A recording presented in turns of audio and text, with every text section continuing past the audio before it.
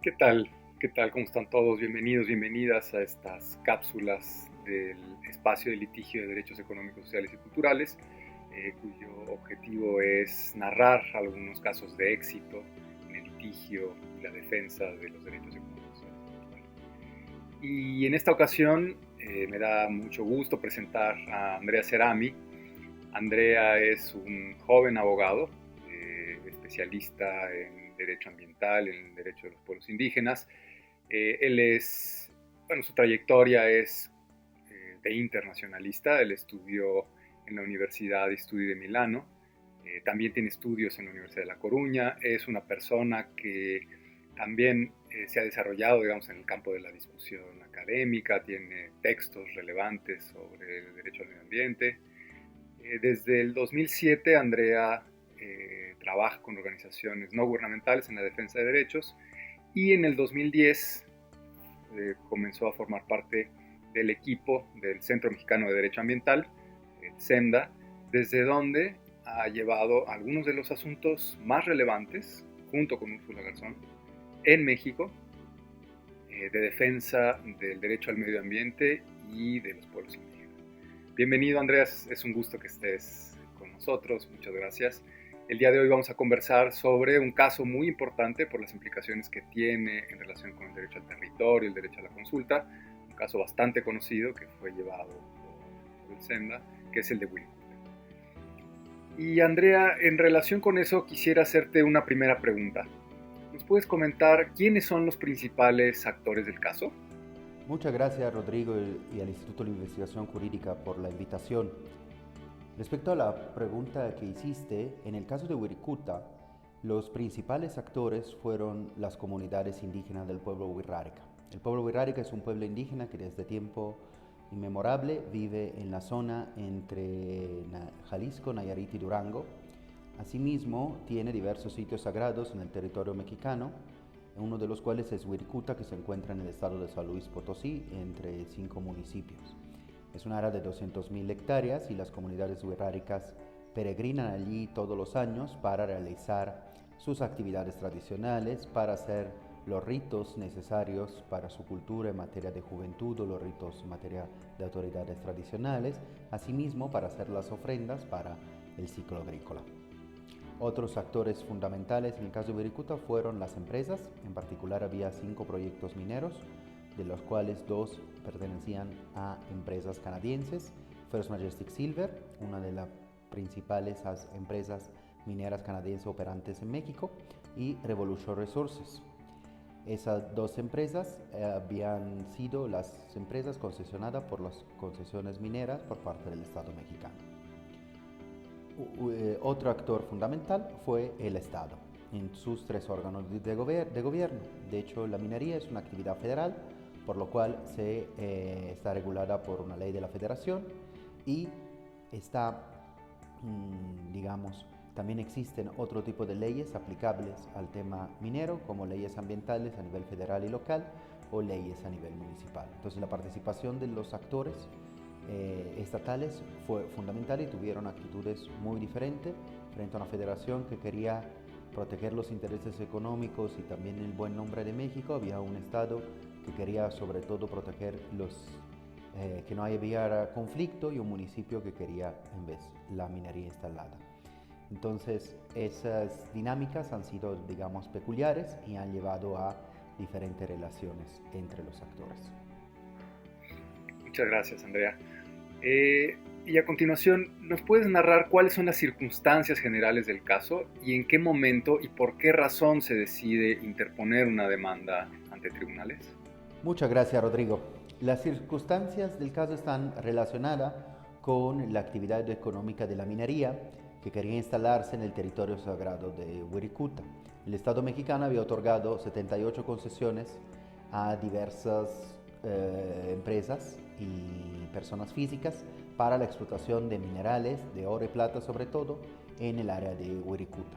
El área de Wirikuta es un área que abarca 200.000 hectáreas, que se extiende entre 5 municipios, que tiene un reconocimiento de área natural protegida estatal y que tiene una importancia imprescindible y fundamental para el pueblo wixárika, siendo el sitio sagrado más importante de su cosmogonía y el sitio donde empieza la vida y donde el pueblo Wixárika regresa cada año para peregrinar y para llevar ofrenda a sus dioses y para poder tener de los dioses los influjos positivos para su vida en el campo. Entonces la protección de Wirikuta para el pueblo Wixárika era fundamental, y para el pueblo Wixárika Wirikuta no es un cerro, como han tratado de hacerlo ver, como el Cerro del Quemado, que es donde termina la peregrinación, sino que es toda una iglesia que empieza desde el Bajío, desde el desierto, donde el pueblo Wixárika llega en peregrinación desde Jalisco, Nayarit y Durango, y al entrar en el Bajío de Wirikuta empieza a ver manantiales de agua, ofrendas, piedras, flores, toda una serie de elementos que son fundamentales para la cosmogonía wixárika, hasta que encuentra al venado que le muestra dónde está el jicuri, y comiendo el jicuri puede llegar hasta Dios. Evidente que las 78 concesiones mineras pretendían hacer de Wirikuta un campo minero, la mayoría a cielo abierto, que iba a destruir completamente el territorio y no iba a permitir la posibilidad del pueblo wixárika de poder realizar sus actividades tradicionales. Muchas gracias. ¿Nos puedes contar qué derechos se invocaron en la demanda y cómo se relacionan estos derechos con los hechos del caso? Muchas gracias, Rodrigo.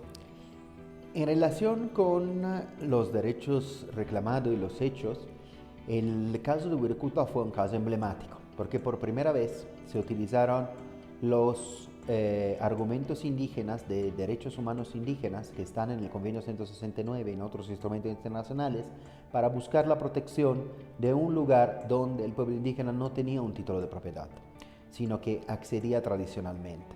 El 169 es claro en otorgar esos derechos territoriales también a las poblaciones indígenas sobre los territorios donde no residen, pero que peregrinan o acceden de manera tradicional. Sin embargo, no había habido ningún caso en México que podía plantear ese tipo de situación, y Wirikuta fue el primero en ese sentido. Y además planteó una cuestión más social y política que era relacionada con unos pocos pobres tradicionales indígenas que querían solamente hacer sus tradiciones, su cultura, su religión, frente a actores del Estado muy poderosos, con muchos recursos económicos, con muchas posibilidades, con mucha tecnología, como las empresas mineras. Y parecía casi la lucha de David contra Goliat.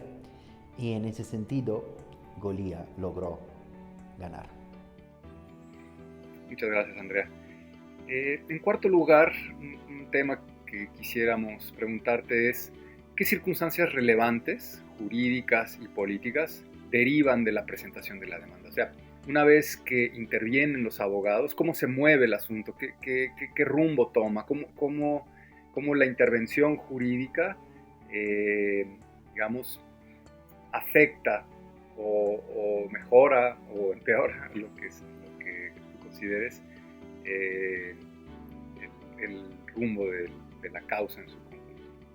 Gracias, Rodrigo. Decía en la otra respuesta que Goliat logró ganar justamente porque después de la demanda presentada por el pueblo wixárika sobre el caso de Wirikuta se desencadenaron una serie de acciones que la verdad nos hacen pensar que independientemente de cómo termine el caso ha sido un gran éxito por parte del pueblo wixárika. En primer lugar, el pueblo wixárika logró la primera y única suspensión minera que conozcamos que suspenda los proyectos de manera definitiva, de manera indeterminada, hasta no determinar el fondo del asunto. Y además es una de las pocas suspensiones en materia de amparo sobre megaproyectos que son ejecutadas por parte del Estado. A la fecha, la suspensión tiene 8 años y es la medida cautelar que logra la protección del territorio. Otro logro tremendo fue la movilización indígena que se dio a raíz del caso de Wirikuta. El caso de Wirikuta fue muy sonado, hasta molestó muchos ambientes de organizaciones de la sociedad civil y movimientos, porque había muchos casos mineros y improvisamente todo el mundo hablaba solamente de Wirikuta. Sin embargo, esa fuerza que tenía el caso de Wirikuta acercó mucha gente que no tradicionalmente veía ese tipo de causas a las luchas indígenas, y desencadenó la posibilidad que a través de un amparo sí se podía parar una obra o se podía suspender y proteger el territorio. Y eso desencadenó toda una serie de demandas por parte de los otros pueblos indígenas tratando de reclamar con base en los mismos derechos hechos diferentes. Y creo que esos fueron algo que todavía vemos de lo que ha pasado en el caso de Wirikuta. Muchas gracias. ¿Nos puedes decir cuál es el estado actual de la situación? Gracias, Rodrigo. El caso actualmente se encuentra parado. Por un lado existe una suspensión que bloquea la actividad minera, por otro lado el juicio de fondo está caminando, pero de una manera muy lenta. Es casi una década que fue presentado y a la fecha no se ha podido llegar a la audiencia. Se están desahogando las pruebas, pero ha sido un proceso muy atropellado. Primero por falta de información y diligencia por parte de la Secretaría de Economía y del Juzgado, que no lograba el Juzgado notificar a la Secretaría de Economía. Una vez puso 1 año y medio para notificarla. Una vez notificada, la Secretaría de Economía no tenía los datos correctos y actualizados de los concesionarios, de las 78 concesiones mineras. Entonces tardaron casi 4 años para notificar la demanda. Y otro factor fue también la interposición de otra demanda por parte de personas del municipio de Real de 14 y algunos ejidatarios que se quejaron de la imposición del decreto de área natural protegida de Wirikuta a nivel estatal de 1994 y de la posibilidad de poner otra protección ambiental con un decreto de reserva de la biosfera que se estaba pensando.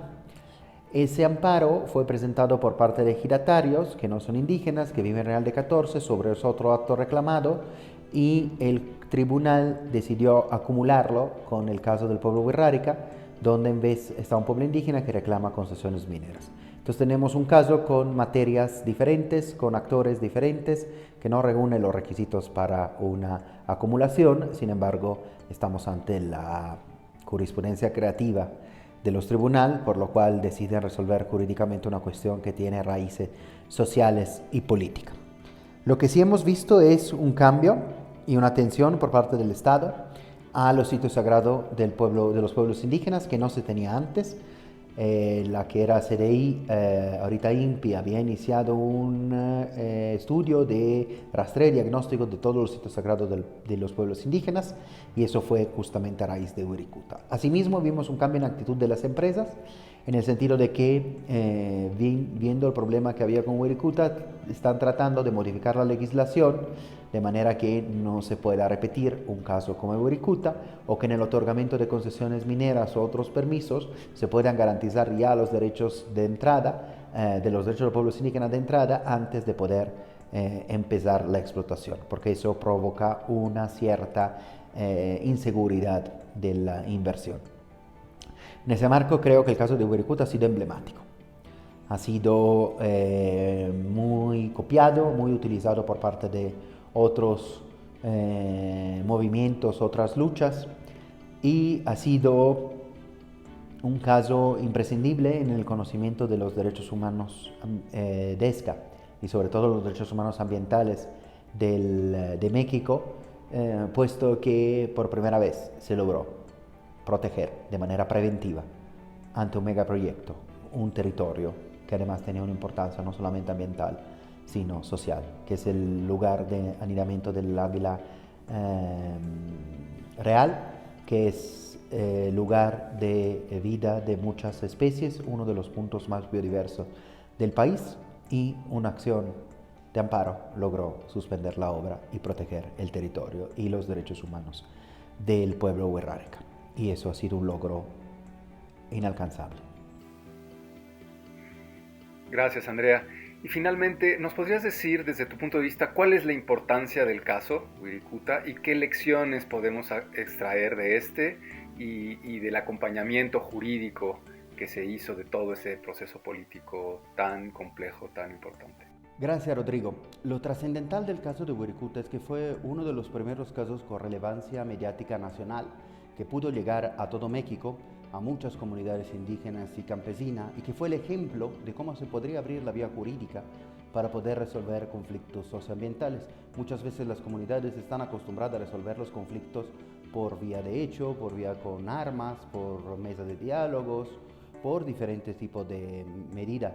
Pero el utilizo de la vía jurídica como medio de resolución de los conflictos no había sido tan utilizado por parte de los pueblos indígenas. Y con Wirikuta se demuestra no solamente que es posible el acceso a la justicia, sino que se logra la suspensión de los proyectos mineros en el área sagrada de Wirikuta, protegiendo el territorio, protegiendo 140.000 hectáreas y logrando una protección que hasta la fecha ha sido efectiva, a pesar de diferentes presiones por parte de otros actores. Y creo que esa es una relevancia tremenda. Además, el caso de Wirikuta logra esa protección sin ni siquiera llegar a la sentencia, con una suspensión. Y eso es, digamos, diferente respecto a otros casos, como el caso de la tribu Yaqui, como el caso de la soya transgénica, como el caso de los eólicos, donde se ha llegado, digamos, a una resolución judicial, pero no se ha logrado proteger de manera cautelar el medio ambiente, cosa que en vez sí se logró en Wirikuta. Por eso es un ejemplo paradigmático, es trascendental, es indispensable conocerlo y utilizarlo para otros casos, otras demandas de amparo que se quieran realizar. Perfecto, Andrea. Pues nada, muchas gracias por tu participación. No, muchas gracias a ti, Rodrigo, y a todos los que nos están escuchando. Esperamos que esta charla pueda servir para poder tener un poco más claro cómo se puede garantizar el derecho al medio ambiente sano en el marco de megaproyectos. Y a todas y todos les invitamos a continuar explorando nuestra página y esperar los próximos videos relativos a más casos de éxito en la defensa de los derechos económicos, sociales, culturales y ambientales en nuestro país y también en otros países de la región.